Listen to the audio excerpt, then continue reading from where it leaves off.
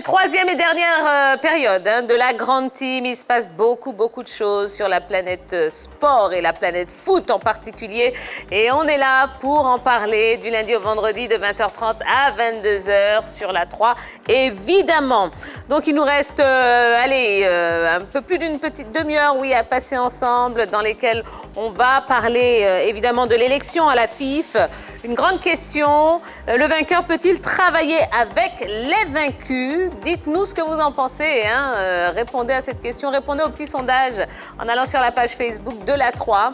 Et on vous rappelle que notre invité de ce soir, Cissé Sékou, ex-international ivoirien, est là sur le plateau de la grande team. Donc si vous avez des questions à lui poser, n'hésitez pas à le faire, il se fera un plaisir d'y répondre en toute franchise. Voilà. D'Angeles Kofi a cédé sa place à Yellow. Un petit remplacement basket comme ça, voilà. Ça se passe comme ça. Tu allé prendre des affairages là. Comment?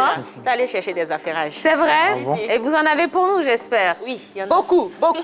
Eh bien, ça tombe bien. Bon, avant d'entrer dans le vif du sujet, on va vous rappeler les grandes news de l'actualité sportive. On commence avec du golf. Le Tour européen reprend cette semaine. En rugby, les Fidji veulent intégrer le tournoi des 6 nations.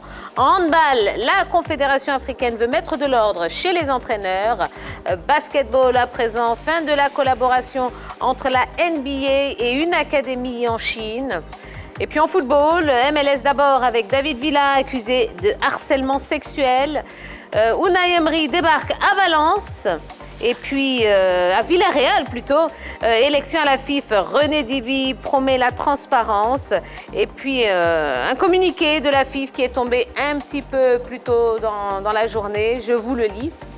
Le président de la commission électorale de la Fédération ivoirienne de football porte à la connaissance des éventuels candidats à l'élection du président de la FIF et des membres du comité exécutif que la date limite de dépôt des dossiers de candidature, initialement fixée au vendredi 31 juillet 2020, est reportée au samedi 1er août 2020 à 17h en raison de la fête de la Tabaski.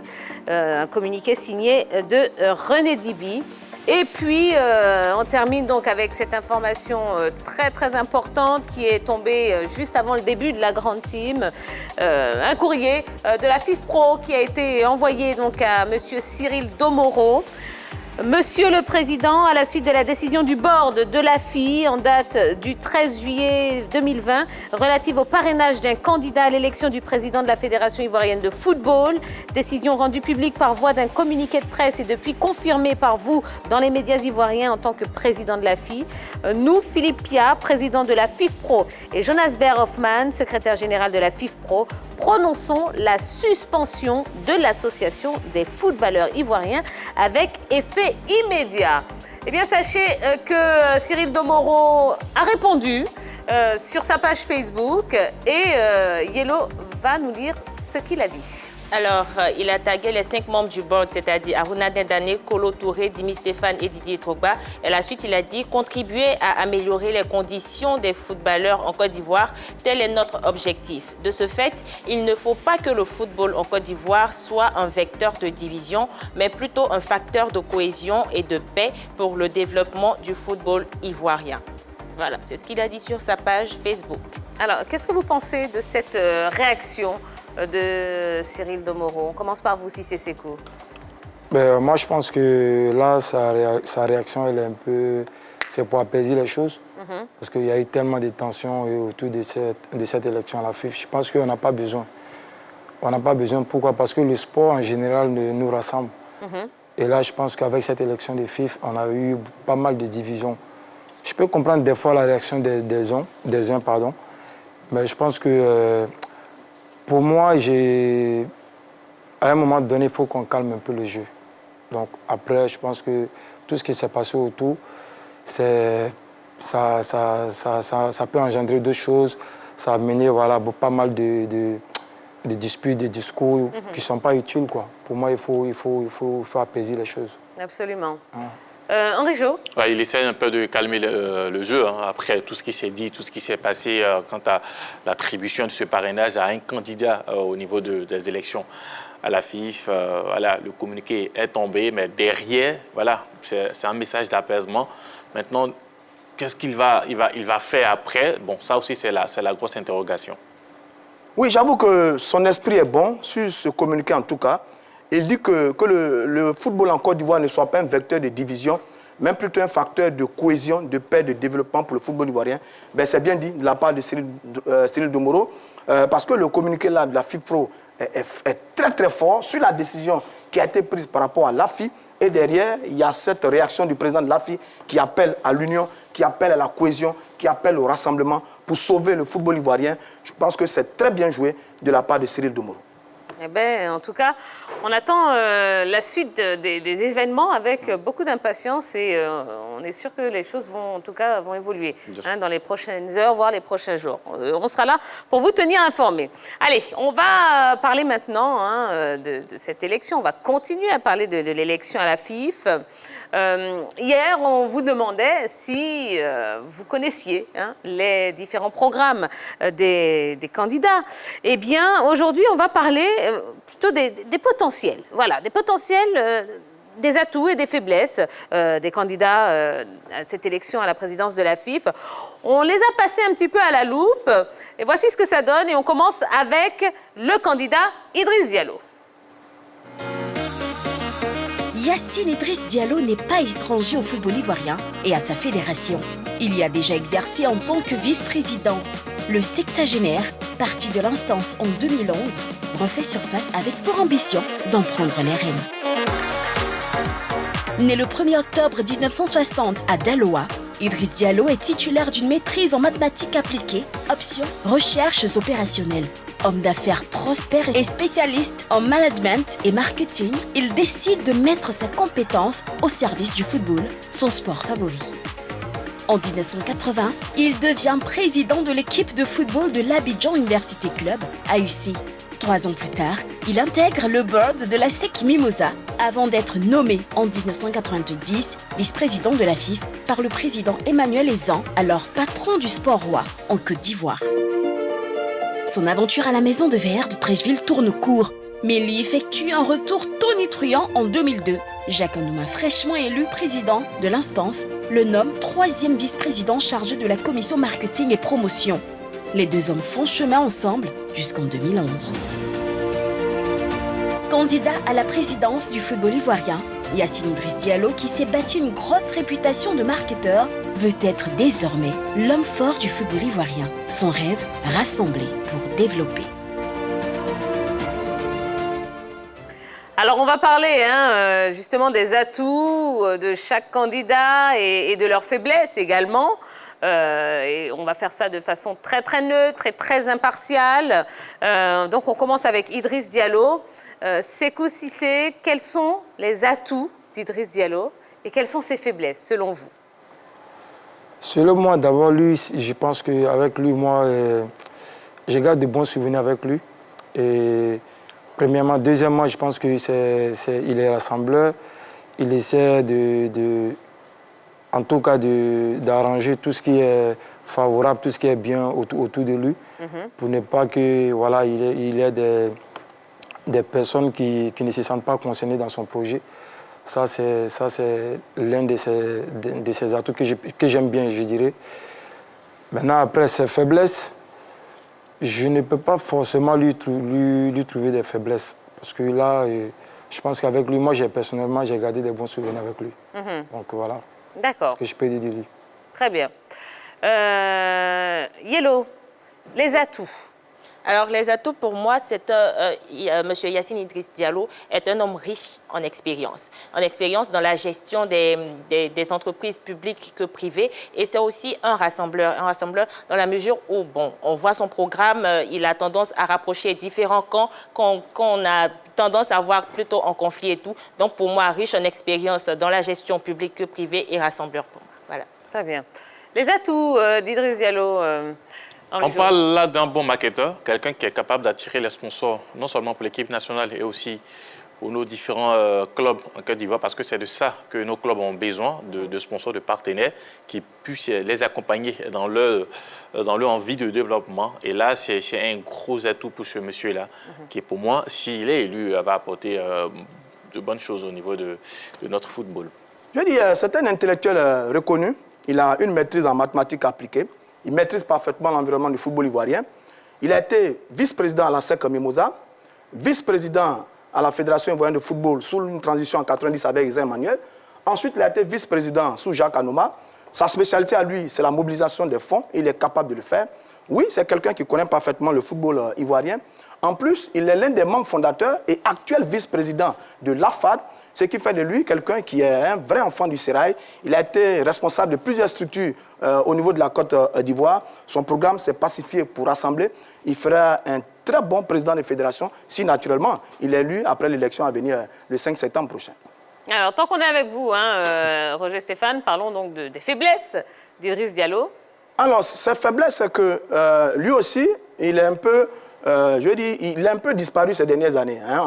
Depuis 9 ans, on ne le voyait pas beaucoup. Un peu dans l'ombre avec l'équipe de l'AFAD. Donc peut-être ça va jouer un peu en sa défaveur. Mais bon, il est bien connu des différents votants qui sont 81. Il est toujours là dans l'ombre. Il a fait une superbe campagne, loin de beaucoup de bruit. Est-ce qu'il a été un peu trop timide durant sa campagne? Est-ce qu'il a été un peu trop non-voyant durant cette pré-campagne? Parce que, etc., etc.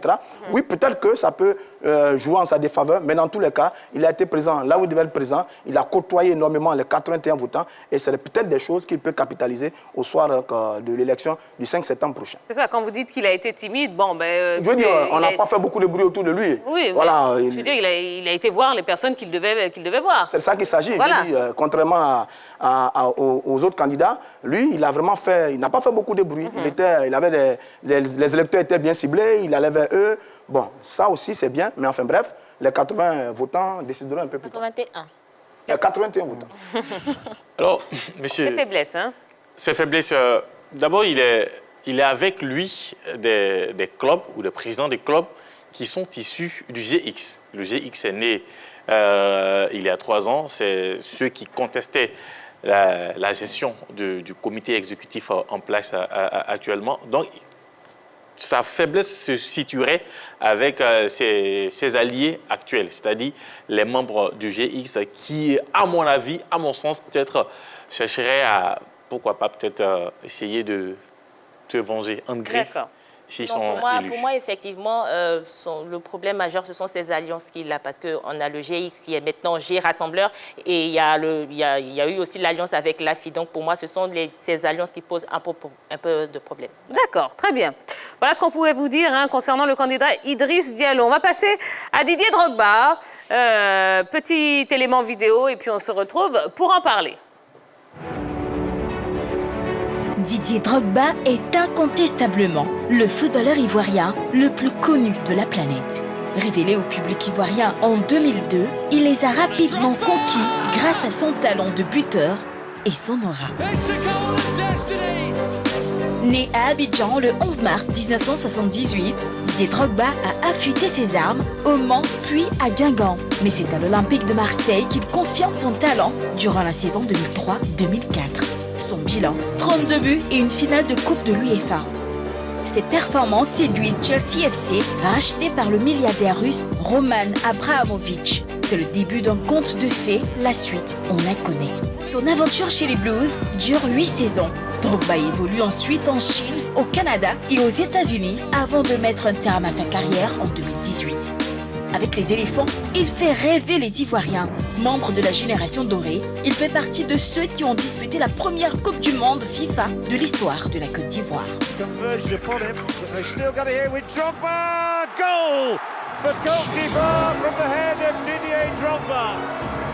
Didier Drogba, c'est une fondation qui œuvre dans le domaine de l'éducation et de la santé. C'est aussi le dirigeant de club. En 2018, il annonce qu'il est copropriétaire de la franchise américaine de Phoenix Rising. Ce n'est pas tout. Une année avant, il avait signé un contrat de partenariat avec Williamsville Athletic Club. Ambassadeur de la paix, Didier Drogba veut désormais plus être le président de la Fédération ivoirienne de football. Son projet, la renaissance du sport roi en Côte d'Ivoire.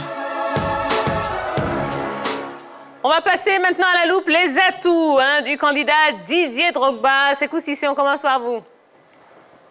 Bon, je pense que les atouts de Didier, il a aussi, pour moi, il est aussi rassembleur. Voilà, je peux le dire. Parce que, voilà, d'autres diront qu'il Didier, j'ai écouté un peu ce qu'il se disait sur les réseaux sociaux, j'ai vu un peu. Après, je pense que Didier, c'est vrai qu'il n'a pas eu forcément le temps de venir en Côte d'Ivoire. Voilà, il essaie d'aller voir peut-être quelques matchs, mais il a toujours l'esprit de rassembler aussi. Il écoute aussi beaucoup, il a l'intention aussi de bien faire. Donc, c'est les atouts positifs de Didier qui a toujours aussi l'intention de toujours aider son prochain. Bon, pour moi, en tout cas, parmi les projets que j'ai vus, voilà, pour moi, il a aussi un bon projet pour le football ivoirien. Yellow. Voilà. Alors, les différents atouts de Didier Drogba, d'abord, il y a la popularité. C'est un grand ambassadeur de la Côte d'Ivoire à l'extérieur. Ensuite, c'est quelqu'un qui jouit d'un carnet d'adresses assez large. Et enfin, c'est une icône mondiale. Et pour terminer, c'est un grand businessman. Voilà. OK. Henri Jo. Bon, vous avez vu quelque part, il y a quelqu'un qui avait mis sur les réseaux sociaux, étant joueur, c'est le seul qui a été capable de faire venir en Côte d'Ivoire Roman Abramovich, qui est José Mourinho. Étant joueur. Donc déjà, voilà, c'est dit que Didier Drogba, déjà, le nom seul est devenu comme une marque. Et aujourd'hui, avoir Didier Drogba à la tête de la fédération, ça sera, comme Dieu le disait, beaucoup d'opportunités pour notre football. Un carnet d'adresses très riche. Et puis, ben voilà, sa notoriété va faire que on aura tout le monde entier aura les yeux rivés sur le football ivoirien. Et forcément, ça va donner quelque chose d'intéressant, de nouveau, je dirais un nouveau souffle à notre football. 42 ans, ancien footballeur international, ancien capitaine des éléphants de Côte d'Ivoire, une carrière immense au plan international dans les grands clubs européens, actionnaire dans le club américain de Phoenix Rising, conseiller FIFA, conseiller CAF. Il est propriétaire de la fondation Didier Drogba, ambassadeur de la paix. Il œuvre dans le social, l'humanitaire et la santé. Oui, je pense que lui aussi, il ferait un très bon président de la Fédération ivoirienne de football. Alors maintenant, on va parler de ses faiblesses. Hein? Bah oui, parce qu'on suppose qu'il en a, comme tous les autres. Henri Jo, on commence avec vous. Déjà, on va commencer avec cette affaire avec le Williamsville Athletic Club, où certains l'ont annoncé faisant partie des actionnaires. Et puis derrière, il y a eu le démenti du président Kone Aboubakar. Et cette affaire qui, jusqu'à présent, n'a pas encore été gérée. On ne sait pas qui de Didier Drogba ou de Kone Aboubakar a vraiment eu raison sur cette affaire de l'implication de notre ancien capitaine dans la gestion du Williamsville Athletic Club. Et puis on dira aussi que voilà, s'il ne maîtrise pas bien le football ivoirien, mais là, je suis un peu sceptique puisque c'est une équipe et dans son équipe, il y a quand même des présidents qui maîtrisent le football ivoirien. Sékou Cissé. Moi, je pense que je suis un peu d'avis avec lui, comme il a dit. C'est ce qu'ils n'ont pas arrêté de dire qu'il ne maîtrise pas le terrain. Mais une fois ici, je pense que Didier, il ne peut pas venir seul comme ça en Côte d'Ivoire sans forcément aviser certaines personnes qui sont déjà sur le terrain. Donc pour moi, il est capable aussi d'être voilà, un bon président. Yellow. Alors, il s'en dit qu'il n'a pas d'intérêt direct dans le football local ou qu'il n'a pas véritablement connaissance du mécanisme du football local. Donc, pour moi, c'est le gros inconvénient ou le gros problème chez Didier Drogba. Il s'en dit qu'il n'a pas d'expérience dans le développement du football local. Voilà. Est-ce qu'il a des faiblesses sur cette campagne? Il a une telle onction populaire qu'on a du mal à lui trouver des faiblesses. Mais enfin bref, sa campagne me laisse un peu à désirer par rapport à tout ce bruit qui est fait autour de lui. Mais enfin bref, les 81 votants vont décider au moment opportun. Mais quand vous dites sa campagne vous laisse un petit peu à désirer, oui, parce qu'il y a eu tellement de bruit autour de Drogba, il y a eu tellement de réactions dans les médias, sur les réseaux sociaux autour du candidat Didier Drogba, que par moment même on est sorti un peu du cadre du sport. Et donc ça peut être, je dis par moment, peut-être un peu dérangeant pour les 81 votants. Mais enfin bref, à chacun sa stratégie. Son onction populaire l'a peut-être aidé en le présentant comme celui que tout le monde attend. Est-ce que ça va être aussi, ça va jouer contre lui après? On ne sait pas. Mais enfin bref, je pense que lui aussi, il aura à convaincre les 81 votants. En clair? En clair? Il aura des problèmes à convaincre les 81 votants. En clair? Oui. Oui, j'espère qu'il arrivera à convaincre les 81 votants. Quand on a vu toute la question qui accompagnait les dossiers sur le parrainage, bon, l'élection, c'est le 5 septembre prochain.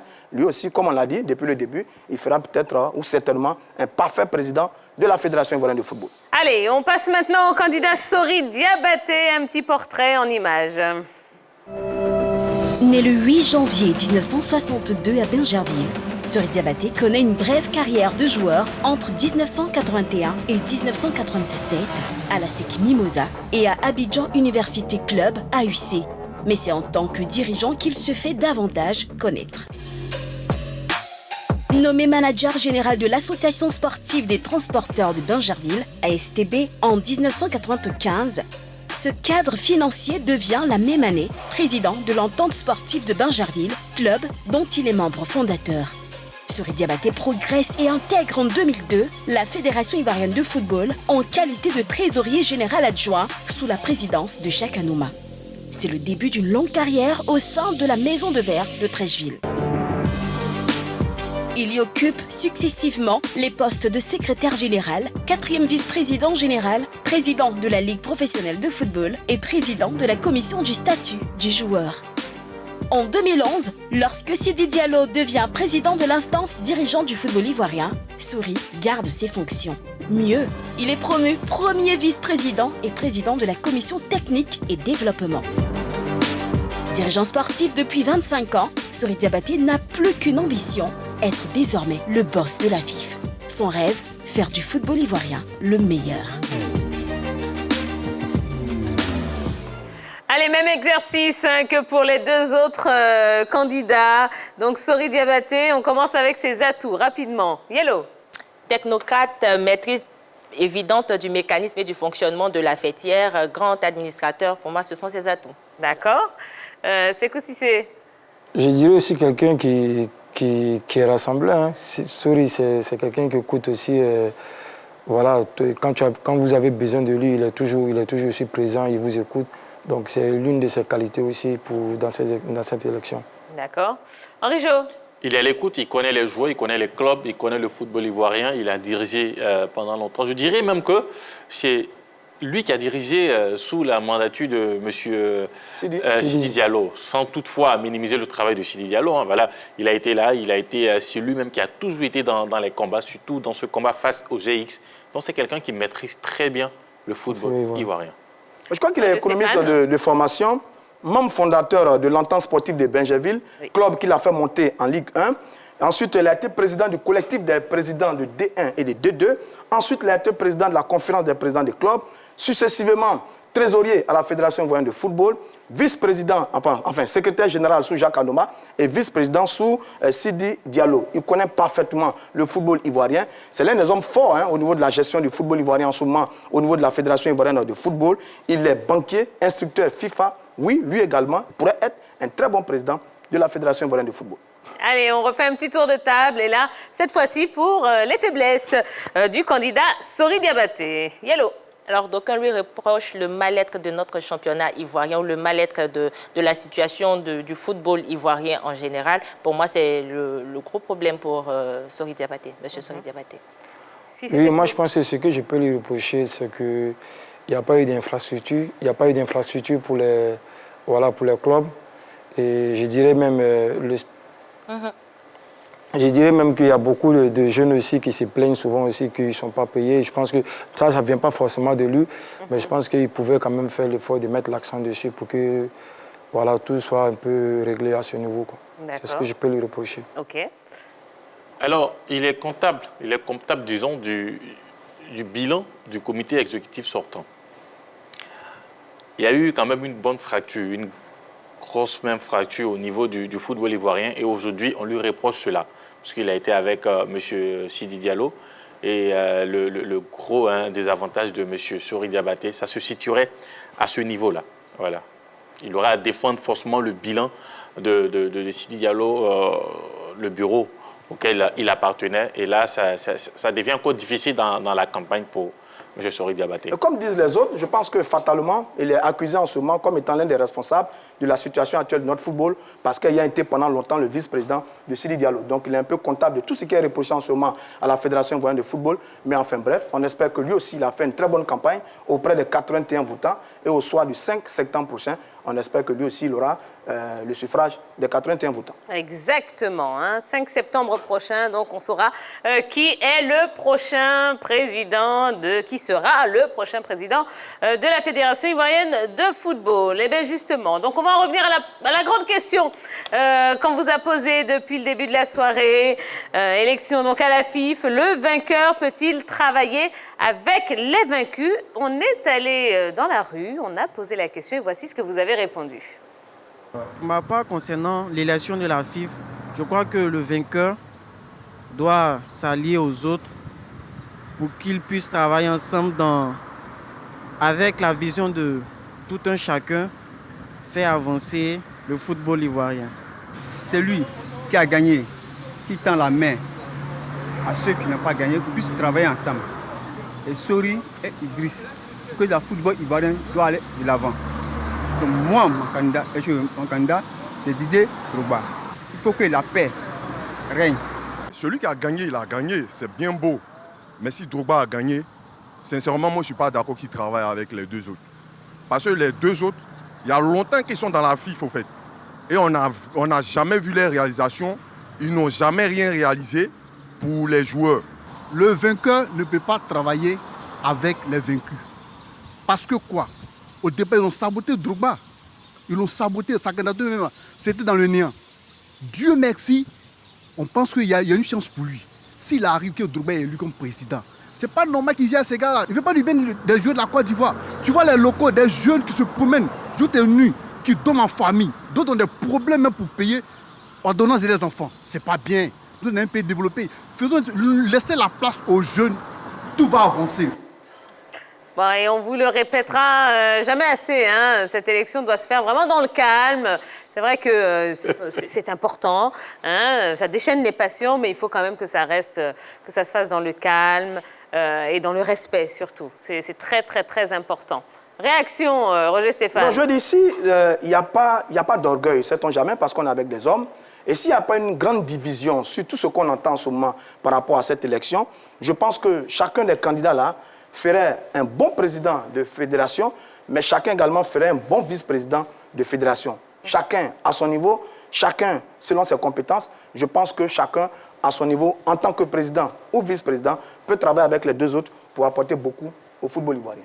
On parle là de quelqu'un qui maîtrise, de trois personnes. Un qui maîtrise bien le football ivoirien, un qui peut bien attirer les sponsors, qui peut bien, voilà, un bon marketeur, et puis quelqu'un qui a une notoriété capable d'attirer aussi des sponsors. Donc, ces trois messieurs-là, quand même, peuvent travailler ensemble. Oui, moi, je pense que les trois peuvent travailler ensemble. Voilà, j'ai ces trois candidats compétents qui sont capables aussi d'aider le football ivoirien parce qu'ils savent un peu comment ça se passe dans le domaine. Je pense qu'ils peuvent travailler ensemble. C'est vrai qu'il y a eu beaucoup de bruit autour.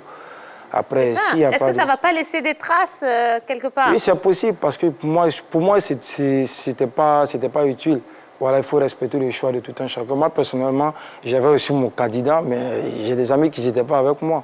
Bon, j'ai taquiné, voilà, on rigolait, mais je pense que voilà, il faut calmer le jeu. Et puis, voilà, c'est vrai que j'ai eu mal quelque part parce que voilà, mon candidat a été un peu appuyé de la sorte. Mais bon, je pense que ça rassemble. On ne sait pas de qui vous parlez. Voilà. Vous ne savez pas? On n'a pas compris de qui vous parlez. Mais je pense que c'est mieux de calmer le jeu, quoi. Puis bon, voilà. Donc, voilà un peu. C'est ce que je souhaite. Mais les trois, ils peuvent bosser ensemble. Et qui est votre candidat? Mon candidat, c'est Didier. Ah, d'accord, ok. Ah, vous n'aviez pas compris? Ah, Non, du tout. C'est celui qui a été appuyé. Maintenant, après, je n'ai pas juste aimé comment ça s'est passé avec les autres grands frères, mais mon candidat, c'est Didier. Parce que des fois, il y a eu des injures, des pages. Moi, personnellement, je n'ai pas aimé. Après, il faut calmer le jeu. C'est la famille, le football, le sport, ça rassemble. OK. Voilà. Et on termine avec vous, Yellow. Alors pour moi, tant que ces différents candidats ont le même objectif, ils devraient travailler ensemble. Le vainqueur devrait travailler avec le vaincu parce que les différents programmes, les différents candidats sont complémentaires d'une manière ou d'une autre. Voilà. Très bien. Tout de suite, les résultats du sondage. Vous avez été très nombreux à voter sur la page Facebook de la 3 et on vous en remercie. Merci également pour tous vos messages. Donc la question était la suivante. Élection à la FIF. Le vainqueur peut-il, selon vous, travailler avec les vaincus? Vous avez répondu non à 62% et oui à 38%. Voilà. Voilà. Qu'est-ce qu'il y a? Plus ou moins, ça résume le micro-trottoir qui vient de passer. Oui. Moi, je pense que c'est parce qu'il y a eu trop de bruit autour. Exactement. Ah, que se passe-t-il sur le plateau de la grande? J'ai un cadeau pour vous. Mesdames et messieurs, voilà quelqu'un de très bien. Un invité spécial. Oh, il est gentil. Ouais. Eh ben, C'est votre cadeau. merci beaucoup. Eh ben, je vous laisse présenter. Hein. C'est la marque des boss. C'est ce que j'ai décidé de faire avec un ami, voilà, pour essayer d'aider aussi les jeunes footballeurs. Oui. Et le club, voilà, c'est ce que j'ai fait pour l'instant. Eh ben, merci Voilà. beaucoup. Eh ben, Merci à et en vous plus, aussi. c'est super bien. Eh ben, ça va être mon nouveau sac à main. Voilà. Au sac à dos, peut-être. Non, mon sac à main, mon sac à main. Merci beaucoup. On va vous le piquer, hein? Sûrement pas. Ah ouais, je vais me le Je vais le piquer. mettre à l'abri. Voilà. Mais en tout cas, il est vraiment très, très beau. Et merci infiniment. Allez, on vous rappelle rapidement hein, les deux informations essentielles de la soirée. D'abord, le communiqué de la FIF qui est tombé un petit peu plus tôt dans la journée. Donc, le président de la commission électorale de la Fédération ivoirienne de football porte à la connaissance des éventuels candidats à l'élection du président de la FIF et des membres du comité exécutif que la date limite de dépôt des dossiers de candidature initialement fixée au vendredi 31 juillet 2020 est reportée au samedi 1er août 2020 à 17h en raison de la fête de la Tabaski. Et enfin, la FIFPro qui a envoyé un courrier à M. Cyril Domoro, c'était il n'y a pas très très longtemps. Monsieur le Président, à la suite de la décision du board de l'Association des footballeurs ivoiriens en date du 13 juillet 2020 relative au parrainage d'un candidat à l'élection du président de la Fédération ivoirienne de football, décision rendue publique par voie d'un communiqué de presse depuis confirmé par vous dans les médias ivoiriens en tant que président de la FI, nous, Philippe Pia, président de la FIFPro et Jonas Ber Hoffman, secrétaire général de la FIFPro, prononçons la suspension de l'association des footballeurs ivoiriens avec effet immédiat. Et il y a quelques minutes à peine, Cyril Domoro a réagi sur sa page Facebook. Voici ce qu'il a dit. Alors, contribuer à améliorer les conditions des footballeurs en Côte d'Ivoire, tel est notre objectif. De ce fait, il ne faut pas que le football en Côte d'Ivoire soit un vecteur de division, mais plutôt un facteur de cohésion et de paix pour le développement du football ivoirien. Merci à vous, amis téléspectateurs. On espère que vous avez passé un bon moment et surtout vous avez appris beaucoup de choses. Oui, c'est important, c'est important. Merci à la grande team. On va se reposer et on va se retrouver demain à la même heure, toujours sur la 3, c'est-à-dire à 20h30. Passez une excellente soirée. Bisous, bisous. Bye bye.